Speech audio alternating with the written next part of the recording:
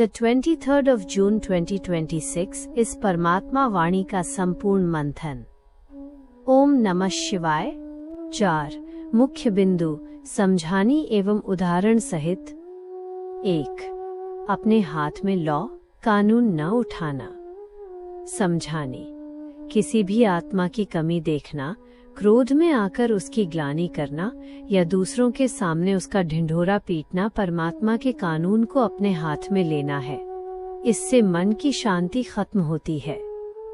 हर आत्मा में कोई न कोई अवगुण है जिसे सुधारने का कॉन्ट्रैक्ट सिर्फ बाप का है।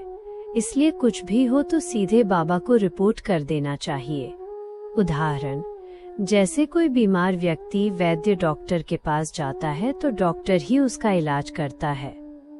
यदि दूसरा मरीज उसकी बीमारियां गाने लगे तो वो ठीक नहीं होगा। इसलिए अविनाशी वैद्य शिव बाबा पर सब छोड़ देना चाहिए। 2. सच्ची दुनिया स्वर्ग बनाम पुरानी दुनिया नरक। समझानी। सतयुग अमरलोक और पवित्र दुनिया है जहाँ बेहद का सुख है। कलयुग मृत्युलोक और पतित दुनिया है जहाँ सिर्फ दुख और झगड़े हैं। परमात्मा इस संगम युग पर आकर हमें ज्ञान अमृत पिलाकर पतित से पावन और राजाओं का राजा बनाते हैं। उदाहरण, स्वर्ग में बीमारी और अकाले मृत्यु होती ही नहीं। वहाँ कोई रोता नहीं है और 150 वर्ष की आयु पूरी होने पर आत्मा को पहले ही साक्षात्कार हो जाता है कि अब पुराना शरीर छोड़ नया बच्चा बनना है। 3. सच्ची पढ़ाई और अव्यभिचारी याद। समझानी। आत्मा को पावन बनाने के लिए केवल एक निराकार शिव बाबा की अव्यभिचारी याद चाहिए, जिससे कल्प कल्प के पाप भस्म होते हैं। इस पढ़ाई में मुख्य बात पवित्रता की है। टीचर, परमात्मा से आशीर्वाद नहीं मांगा जाता, बल्कि अच्छी रीति पढ़कर स्वयं पर कृपा की जाती है। उदाहरण, पुरानी बुरी आदतों को छोड़ना ही पुरुषार्थ है। कई बच्चे बहाना बनाते हैं कि सिगरेट के बिना पेट में दर्द होता है, लेकिन बाबा कहते हैं कि ये सब बहाने हैं। पवित्र बने बिना ऊंचा पद नहीं मिल सकता। 4. स्वयं को आत्मा समझना और दैवी गुण धारण करना। समझानी।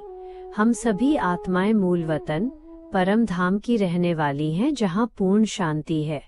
इस सृष्टि रंगमंच पर हम सब एक्टर्स पार्ट बजा रहे हैं। अब हमें वापस घर जाना है, इसलिए बुद्धि में ये गूंजता रहे और हम मीठे बनकर दैवी गुण धारण करें।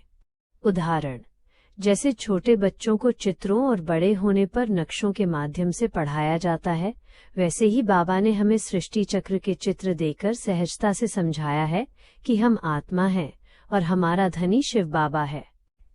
स्वमान।